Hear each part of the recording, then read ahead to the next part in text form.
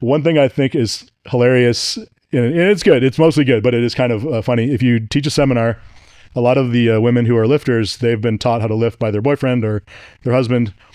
And the good thing is if you're taught from scratch a correct way to lift from the beginning, that's really good.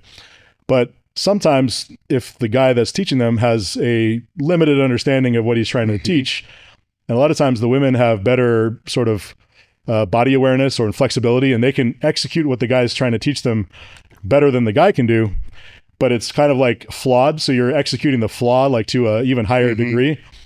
So like if we're talking about bar placement and now you're bringing the bar down onto your stomach instead of, to your chest, because you're just so good at, tucking the elbows and being flexible. And so it's very fascinating. But, I would always say that it's better to have a coach who can teach you at least one style that, from your wrists to your shoulders to your back and feet, it's all sort of, it's at least one working style. Yes. Even even if it's not the optimal one for your body type. Better to have somebody teach you how to do a correct style than, just be the guy who, you're at the gym and you think you know how to do everything, and then eventually you want to get better, and so you're like, I need to undo some of these bad techniques. It's a tough so most men come from, you go to bodybuilding gym and you see the biggest guy and you're just like, oh, okay, so I'm going to do what he does, and then eventually you've got to learn how to lift correctly. Yeah. Well, like then you're undoing stuff, which is much harder than starting at a clean slate and getting taught how to do it correctly. So way harder. So when you're doing the seminars, how do you prioritize if we're to take the squat and it's a total wreck, right? So 5 things are wrong. So how do you prioritize what you're going to focus on? Because you kind of know not all 5 things are going to stick. Well, I think the first thing I would go over for squatting is I want there to be the clarity that your upper body should create the stability. So that's everything from like your core strength to the placement of the bar, your breathing, and then of course like how your grip tightness is locking it in. If you're having to like wrestle the bar, so to speak, because you're not tight, then when you start to descend, you're going to have to enlist your legs to balance. Mm-hmm. And if your upper body is, just locked in like a battering ram, and there's the bar 100% transferred down to, let's say, your belt, and you're just a solid mass, you're creating stability. So now your legs can just move. They can be flexible to go deep. They can be powerful because they don't have, it's like if you floored it in your car and then your car is going sideways, you're going to let off the gas. You don't want that when you're lifting. You want to know that I'm going to be able to put the pedal down, put full power into the lift, and I'm going where I expect the bar to go. Not, oh shit, now I'm tipping or I'm, sitting back too much. So if you have to create the stability from your upper body by, wrestling, then that's the first thing I want to get somebody to be like locked in. And that goes from bar placement, wrist position, elbow position, breathing, kind of, how you walk out. And then also like if you're doing a set of reps, kind of being really focused on the fact that you should never, like, let's say you do a set of 5, you're always going to get out of breath after number 4. And you have to take the time to like get a solid breath locked in for 5. You should never get to 4, panic, and then rush into the 5th one to get it over with, because you'll struggle. If you lose your brace, you're going to precipitously like drop off in power as you try to reverse. So, to me, like that's the critical thing. I've watched a lot of lifters. There are very few lifters who look unstable under the bar, but they just have so much quad strength that it's fine. Most lifters, your ability to stabilize the weight is what enables, full use of your lower body strength. This is interesting to me because if you're conducting a seminar and you're working with somebody, usually they're all starting with a bar, right? That's where you start the cueing and setting them all up. I've always taught from the feet up. You teach from the head down. So I'm really interested in this, right? Yeah. So how do you walk them through that? So they pick the bar up, or actually they're getting under the bar. So what are you actually cueing them and trying to get them to do? The first thing is always the bar placement, I would say. So, getting the proper bar placement. Let's say we're talking about like low bar. There are people who are high bar, and when I watch them, I'll say, you should stick with that. That looks fine. And there are other people who I'll teach them low bar on the spot. they've been doing high bar. And so that really kind of starts with, being able to retract your shoulders. In order to retract your shoulder blades, you must achieve a certain degree of like thoracic extension. Mm-hmm. So in other words, if your chest is down, it's impossible to really retract your shoulders fully. So if you can extend your, thoracic spine or chest up, you can squeeze the shoulders together. So that's kind of the key. And then, teaching them how to space. In my technique, I would typically, you'll see a lot of people who like kind of wrap over the bar. Mm-hmm. And I always found that when I had my hands high, my elbows high, when I was grinding, I would just roll the bar onto my traps. And now you have a terrible squat. So for me, I got to the point where I needed to really have the elbows pulled all the way down, almost under the bar, the wrists back. And of course, that means you need wrist wraps. Mm-hmm.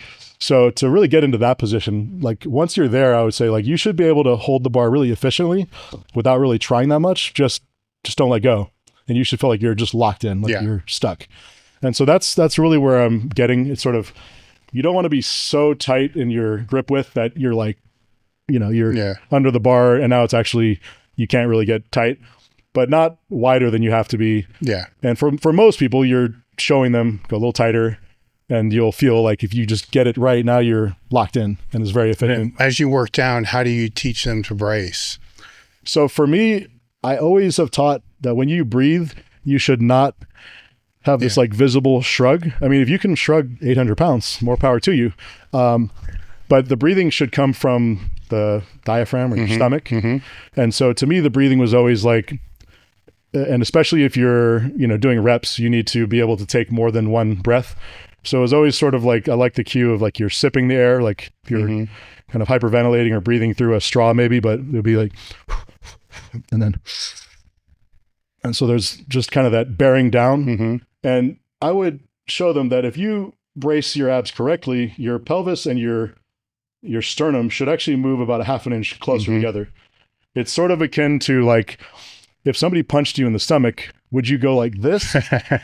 Or would you suck in? It's like you would flinch, like you'd crunch, you'd make a wall with your abs. And that's how I would kind of teach it. So you should get the breath, lock in where you'd feel like there's like that half inch of kind of crunching. And then, I would want to know, do you feel like you can feel like if the weight sort of settles, that the weight of the bar can kind of transfer to your abs, which of course are supported by your belt. And so that makes me feel like I can just settle the weight onto my belt. And then for me, my squat technique was to basically allow the knees and femurs to kind of move out of the way so my belt or stomach could just kind of fall down the middle. And so that all stacks, basically you're like sort of stacking weight on your back, on top of your stomach, on your belt, and then letting your hips and legs kind of just move out of the way so I can just go straight down with my belt, which is... Do you find when you go that way that the rooting takes care of itself through the feet? I think so. I didn't always like using a cue of like kind of twisting your feet into the ground or spreading the floor. If you see like those shows with like an obstacle course where the dude's like jumps up and spreads his feet onto two walls. I was always kind of like, we're not quite doing that. It's really more that we just want the adductors or the inner thighs to just kind of not resist, to kind of move out of the way. Not so much that we want the abductors or like the outer hip muscles to create this like wedging. So for me, that was kind of the idea. I want the hips to open to kind of get out of the way, but not to kind of create this like horizontal like leveraging. So I know that's not how everybody squats, and I think that's okay. But for me, I guess the way that I would want to squat is if I looked at a side view of myself when I'm at, let's say, at parallel, and this could be at any position during a squat. If if you're videoing and you freeze frame yourself. But if you drew a line through the bar down, this sort of represents the force of gravity. And first off, that should travel down and intersect your arch of your foot so that the center of gravity is over your arch or the center of your foot. If it's over your toes or your heels, you're inefficient. If it's beyond your toes, you're going to lose your balance. Oh yeah. You're walking. And so when you get down to parallel though, that line should intersect your thigh close to the center. And that way you have a balance of quads and hips. Now, everyone's going to have different strength balances, but for me, I always wanted it to be like 50-50. I want to have a lot of quads, and I want to have a lot of like glutes. So the further your, let's say, if you have 100% of your femur, the more of your femurs behind that line, the more you're hip dominant, using your hips and back. The more of your knees are in front, then the more you're quad dominant. Now, a lot of people are taught to not let your toes go over your knees. What that does, outside of like sort of the emotional sort of like repetition of hearing that as you get into lifting, is it's just literally like how much torque are you placing on the knees versus the hips. Whatever torque you place on the knees is going to be quads loading, and whatever torque you place on the hip is going to be, glute and lower back. And so to me, it just makes sense to distribute the weight onto the body parts as efficiently and, equally kind of as possible. I always want to train all the weaker areas. So for me, I was much more, early on in my lifting, I was much more like hip dominant. So I'd sit back and lean over a lot. And it was only once I started really seeing, like the first time I went to Russia, I saw all these lifters hitting huge squat world records and having enormous quads. Like I saw one lifter, Konstantin Pozdiev, we're like benching, and I walk off the platform and he walks up, and I walk past him and I see his quads, and I actually did a triple take. I was like, the muscle that in his quads hanging over his knees so much, I was like, I've never seen that before. And so sure enough, he goes on at like, 215 pounds. He squatted 815, narrowly missed 859. So this was like the world record at the time. And it was really impressive. And I was like, okay, I've only been taught that like your quads are not really that important. And like a month later, I go and I competing in Florida, competing with like Sam Bird, and he squats like a raw, like 750 or something. And he's telling me about all the front squats that he's doing and stuff. And I'm just like, okay, so clearly, I thought my back was the limiting factor because I would come out of the hole and just get kind of bent over. So I was like, well, I'm getting stuck because my back's not strong enough. And it's like, no, it's getting stuck because my quads are basically getting out of the way as soon as possible because they don't have the strength to stay under the weight. So yeah, that was kind of where my evolution came in. But once I started training the quads as like a priority, not just like after back squatting, but first on its own day, it was like, okay, I just made years of continuous progress before I really had to, get smarter again. But it also took a bit to evolve my technique to use the quads, because if you're used to just breaking the hips and sitting back, it takes a lot of very specific effort to like load your knees on the way down if you're not used to that. So to allow your knees to kind of get out in front of you a little bit. How'd you go about that? Focus and intent? What I did was when I would do my back squats, so this was at a time where my best was like 600. And anything above 550, my form was going to start turning into a good morning. And so I kept all of my training at, like 500, 520, 525. So things like that, where I could execute them with the form that I wanted. And then I piggybacked, I basically bolstered that with just a ton of quad training. When I started doing pause high bar squats, that really enabled me to start practicing letting the knees travel on the way down, feeling the quads kind of loading on the way down. If you watch most people squat, there's kind of like this fear of like getting into the hole and getting stuck. So there's always like either cutting depth or this like, it's just like this urgency about coming out of the hole, which is good. But, you should feel confident and balanced in the hole. I mean, most people probably lose most of their squatting power by getting out of position at the bottom. Whatever if you put, let's say you measured your leg strength by how much you could leg press. If you increase your strength by 10%, but then every time you actually do a barbell squat, you tip forward a little bit at the bottom, you're going to see like 1% of that strength, not 10%. So most people have a lot of strength that they are already just not tapping into in their squat, of course. And if you can comfortably pause at the bottom of your squat without sinking, shifting, bouncing, and then just drive up through the weight with power, and you're going to just tap into the strength that you've already got in the first place. There's nothing revolutionary to do a pause squat. Yeah. But it was something that I utilized very heavily, like in my main 3 sort of lifts always. Well, with pause squats, tempo squats, those type of variations of the movement, I think a lot of people lean away from because they want to find the sexier variation. Yeah. Where those type of variations are going to allow you to kind of have a feedback loop to know where the tension should feel throughout the squat. Yes, practicing your craft, Yeah. So when I talk to a lot of you guys, it's the one thing that I think a lot of lifters miss is you know where the tension should be from the time you start the lift all the way down through. And when that tension shifts, you automatically know what to do to get it back to where it is. Yeah. Which is a concept, people aren't going to get because they don't have the time under the bar to be able to develop that. But I also think they're not focusing either on what they should be feeling. Well, I think you have to appreciate the importance of what you're trying to get out of the pause squat or the tempo squat so that you will do it the right way. Because the last thing I want to do in the gym is go and bust my ass doing something that I don't think is going to work. Mm-hmm. And so like if you do a certain lift that has like a tempo and you rush the tempo or you rush the tempo at the critical point in the tempo, and it's like you're doing all this lifting and you're getting nothing out of it. You're just kind of getting this like kind of a squat, kind of a pause squat. It's kind of a lighter squat, but it's kind of a pause. So yeah, you got to be really specific. You've got to be, your own harshest critic, I think.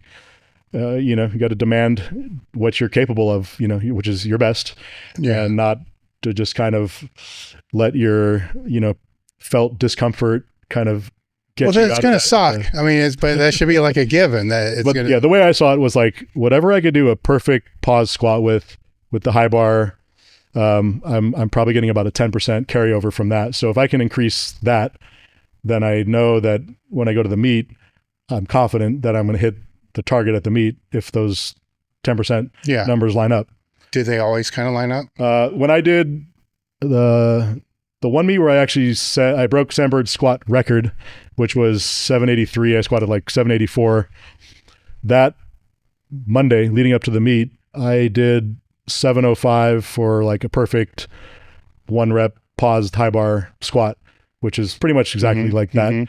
And so I knew that like if I could hit that, like I was going to go in confident in hitting, my meet targets. So obviously when you go through a meet training, if you're nailing everything that you've got lined up and you're also not like half-assing, you feel confident when you go into the meet. If you're missing reps in training, like it's hard to know what to expect sometimes. Well, that's a whole other conversation right there. Sure. I guess we'll get back to that one. So staying with helping people through the seminars, the same question, but we're going to apply it to the bench. So how do you teach them how to bench? Yeah, I think my thought on the bench is in order to get a big bench, you need to be able to handle a lot of volume. That's kind of it. And that doesn't mean that you only should do like pauses like you do in a meet. But you need to find a version of the bench that makes your chest stronger, I feel like, and that you can handle a lot of volume. So, for a lot of people that might be touch and go reps, or it might be maybe incline bench is a good one to hit the chest really hard. And you can do it that's like usually a favorite of a lot of bodybuilders. I think it's easier on the shoulders to, get that deep stretch on the chest in an incline. Just by the nature of not pushing your elbows like back up here, but kind of back in this position. So your form on the main lift, it needs to be like correct, but it also really, I always sort of joke, like you don't arch your way to like a 600-pound bench. You have to get big. I've only seen guys benching 600 pounds that are just massive in their chest, arms, shoulders. So there's not really like, at least maybe I'm just sort of biased, but I think there's not really like a shortcut. You have to be able to handle a lot of volume, a lot of training sessions. There's some degree of like, near max lifting, but there has to be a lot of volume of sort of bodybuilding training to bench.